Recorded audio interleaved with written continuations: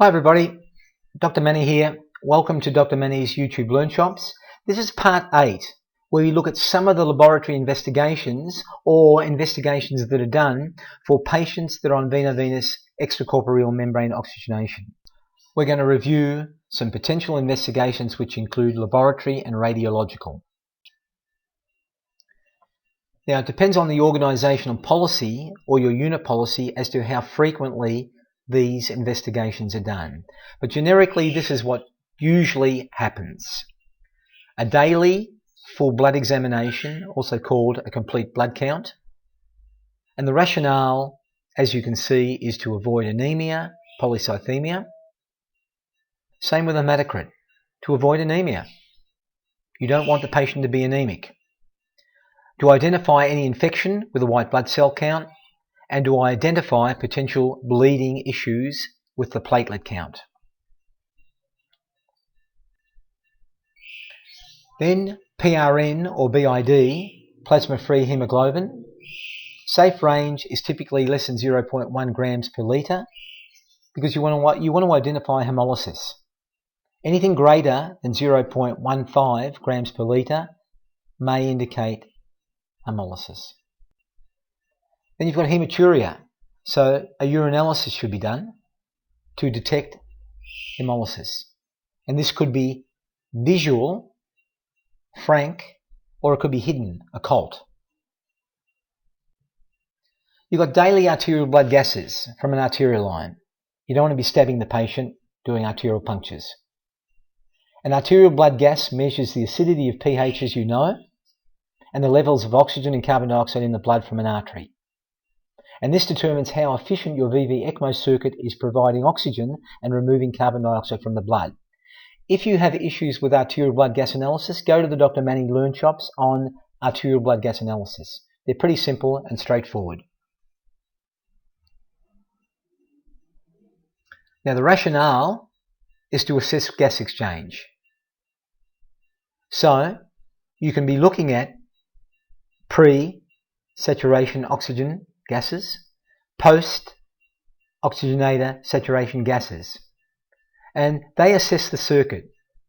Pre for recirculation and post for recirculation and oxygenator efficiency. Essentially, it's looking at efficiency and delivery. Coagulation profile. APTT, platelet count, activated clotting time, international normalized ratio, fibrinogen. However, this will depend on your organisational policy. Then you've got daily biochemistry. You want to be checking urea, creatinine for renal function. Sodium, potassium, chloride, magnesium, because again, you want your electrolytes to be normal. In addition to that, you're looking at lactic dehydrogenase, because again, you've got LDH 1, 2, 3, 4, and 5, and they can indicate whether your heart is okay, your reticuloendothelial system is okay, your lungs are okay, your kidneys are okay, your liver. So it's important to make sure that your biochemistry is normal. If you're looking at blood cultures, they can be taken from an arterial line. And why do we do this? The practice is for surveillance of blood cultures from the circuit to detect bacteremia while on extracorporeal life support. However, this will be different according to different organisations. Blood cultures are important. Other cultures, depending on what your physician orders, could be urinalysis, could be a sputum culture. Also, what's important is your DIC screen weekly or PRN or according to your organisational policy. DIC is for disseminated intravascular coagulation, coagulopathy, coagulation disorders. So inclusive of that is typically your platelet count, fibrinogen degradation products. Prolonged prothrombin time is typically greater than 3 seconds. Fibrinogen level is typically less than 1 gram per deciliter. And all these may also be an indicator of oxygenator clotting. If you're consuming your coagulation parameters or your coagulation products, it could indicate that you have a problem. Platelet count goes down, fibrinogen degradation or D-dimer increase, prothrombin time increases, fibrinogen level goes down. Serum lactate or lactic acid is also important because remember, in relation to that, your DO, your global oxygen delivery, is the total amount of oxygen delivered to the tissues per minute, irrespective of the blood flow. You may have a good cardiac output, but is it being delivered to the tissues? Your oxygen consumption, VO2, is the amount of oxygen removed from the blood due to tissue oxidative metabolism per minute.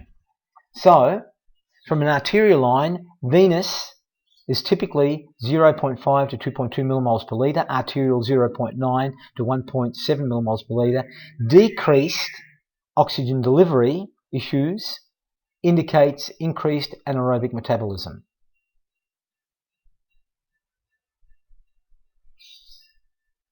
Serum lactate. It's important to do a daily chest x-ray, and the rationale is because you're checking for cannula placement, CVC position, endotracheal tube, even the nasogastric tube. And maybe just even an improvement in the lung oxygenation. You're looking for lung improvement or deterioration. Cannula placement, endotracheal position, nasogastric position, central venous catheter position, lung improvement, deterioration. If you're not familiar with chest x-rays, have a look at Dr Manny Learn shops on chest x-ray interpretation. They're simple, they're clear, and you'll learn something, believe me. Lung improvement, yes or no? Yeah, according to this and the sequence that we just saw, there's lung improvement. Okay, thanks. That's the end of Veno-Venous ECMO Part 8. If it's been of any benefit to you, please recommend it to your colleagues. Please subscribe. And please move on to the last Veno-Venous ECMO Part 9. See you in Part 9.